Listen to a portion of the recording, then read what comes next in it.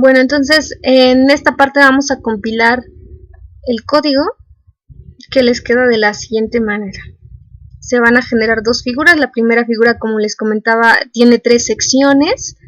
En la primera sección vienen los bits, la voy a ampliar, vienen los bits que se generan aleatoriamente. En esta corrida se generó un 1, 0, 0, 1, 0.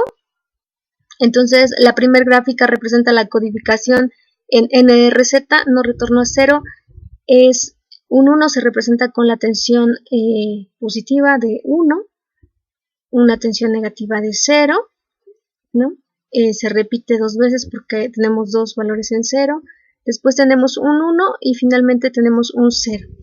Está representada de la siguiente manera y bueno, ustedes acá, gracias al vector de tiempo, ustedes pueden verificar que efectivamente el tiempo de bit dura un segundo, ¿no? De aquí a acá hay 2 tiempos de bit, ¿no? Son 2 bits, de 2 a 3. Y bueno, entonces vamos con el código Manchester. En el código Manchester, para representar un 1, hacemos una transición desde un voltaje negativo hacia un voltaje positivo. Y bueno, aquí esto nos representa un 1 y efectivamente dura un segundo, como habíamos establecido que dura el tiempo de bit. El siguiente valor es un 0, la transición es diferente, venimos de un voltaje positivo y cambiamos a un voltaje negativo. Y después otra vez un 0, venimos de un voltaje positivo, cambiamos a un voltaje negativo y finalmente llegamos a un 1.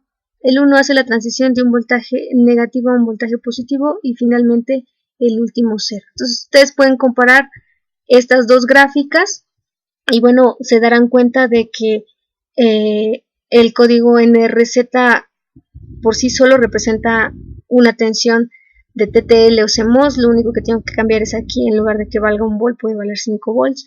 Y son las señales digitales con las que ustedes generalmente han estado trabajando. Sin embargo, como les decía, los códigos de línea tienen otras ventajas, que sería la sincronización. Es más fácil saber dónde empieza y dónde termina un bit en Manchester, que en este caso, por ejemplo, donde aquí se juntan 2 ceros, es complicado saber dónde empieza y dónde termina un bit. A diferencia de Manchester, que es claro dónde empieza y dónde termina otro bit, ¿no? Entonces, también habíamos hablado que codificarlos de una manera diferente, siguiendo alguno de los códigos que se presentaron en clase, tiene también además otras ventajas con respecto a la propagación de esta señal por un medio alambrado, generalmente se hace. Y bueno, la idea es que ustedes vean el espectro. Las señales que se propagan es preferible que no tengan tensiones de DC porque son las primeras que desaparecen. Si se va a hacer un viaje muy largo en kilómetros, la señal se atenúa y finalmente pues hay una deformación en la señal que se recibe. Entonces la figura 2 lo que les muestra es precisamente el espectro de estas señales y lo voy a ampliar. Voy a ponerle un zoom horizontal para que ustedes puedan verlo, ¿no? Este 0 representa 0 Hz, que representa una tensión en continua. El primer espectro corresponde a la codificación NRZ, como ven tiene una componente de DC muy notoria. Y bueno, este sería su ancho de banda. El ancho de banda, como ustedes recuerdan, tiene que ver con el tiempo de bit, ¿no? En el tiempo, en un análisis en tiempo, el tiempo de bit tiene una duración, pero si tú haces el análisis en frecuencia, ese tiempo de bit juega un papel muy importante. En este tipo de códigos, que básicamente son binarios, ¿no? Son ceros y unos, no tenemos, como en el caso de las modulaciones, símbolos que se representan por 1, 2, 3, 4 bits, los que sean. Entonces aquí tenemos un tiempo de bit, representa un solo símbolo, ¿no? Entonces la inversa del tiempo de bit nos va a dar el ancho de banda. En este caso estamos utilizando un segundo. El ancho de banda que vamos a utilizar para transmitir este tipo de señales con ese tiempo, con esa duración de bit, es 1 Hz, ¿no? Más o menos aquí por la resolución de nuestra simulación quizá no se note muy bien, pero esto parece un sampling cuyo primer cruce debería estar justo en 1, ¿no? En 1 Hz. Voy a acercarme a la siguiente gráfica que representa el espectro de una señal Manchester. Como ustedes pueden ver, el espectro de la señal en Manchester no tiene componente de continua, es decir, se podría propagar de mejor manera a través de un medio alambrado, pero sin embargo su espectro es más amplio, ¿no? El primer lóbulo se está extendiendo desde los 0 Hz hasta casi los 2 Hz, en donde tiene su primer cruce por 0 y después se siguen los lóbulos secundarios. Entonces la mayor cantidad de potencia se concentra en esta área, pero sí es visible que estamos aumentando el ancho de banda utilizando este código, ¿no? Entonces esto también se ve mejor en los espectros que vienen en sus diapositivas, pero bueno, aquí en la simulación pueden hacer la comparación de cómo se aumenta el ancho de banda. Y bueno, desde luego en Manchester podríamos observar que el tiempo de bit dura menos, ¿no? O sea, si tú no sabes en qué codificación va la tercera gráfica, tú podrías pensar que esta parte representa un tiempo de bit y desde luego este tiempo de bit dura menos que el que tenés acá arriba de NRZ.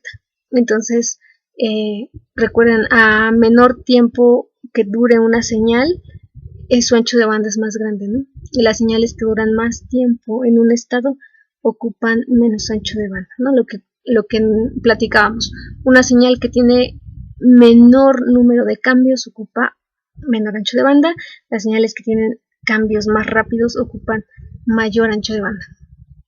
Bueno, entonces la idea es que ustedes estén jugando con esta simulación. Lo que voy a hacer ahora es cambiar el número de bits. En lugar de dejarlo 5 en la variable n, voy a poner más, voy a poner 15 bits.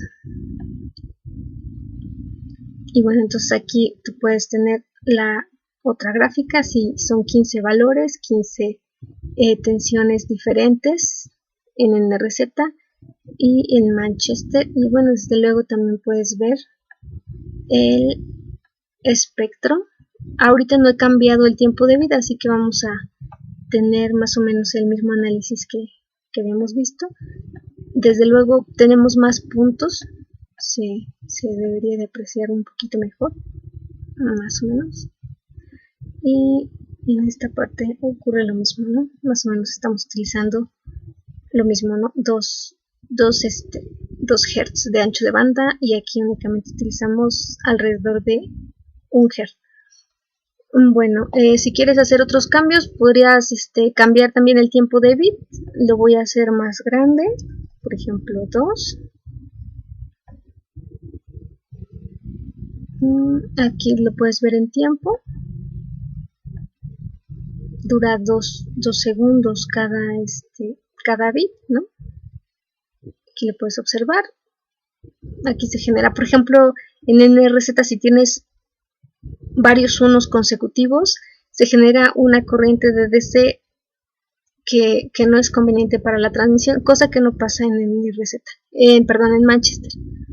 En Manchester, aun cuando tienes una cadena larga de unos o de ceros, tienes la capacidad de identificar dónde empieza y dónde termina un cero. Acá, como les comentaba, se les complica demasiado saber dónde empieza y dónde termina un 1 o un 0. Vamos con el espectro. Igual voy a acercarme con el zoom horizontal.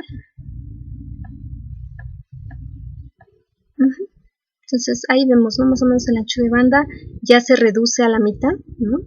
Es decir, como dura más el tiempo de bit, el ancho de banda que se utiliza es menor. Recuerden, siempre es la inversa.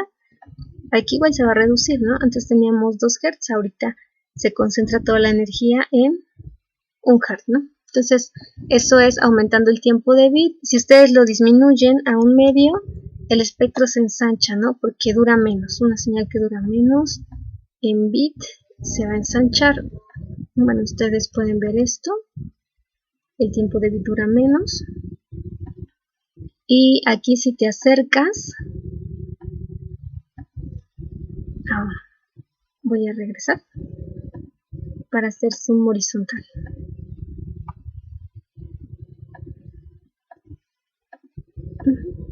Entonces, aquí como el tiempo de bit se reduce, se incrementa su ocupación en ancho de banda, ¿no? Como el tiempo de bit va más rápido, requiere mayor ancho de banda. Aquí ya lo vemos, ocupa hasta 2 Hz.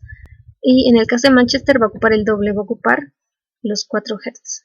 Bueno, entonces en esta simulación lo que tienen que entregar es básicamente un análisis de estos conceptos, ¿no?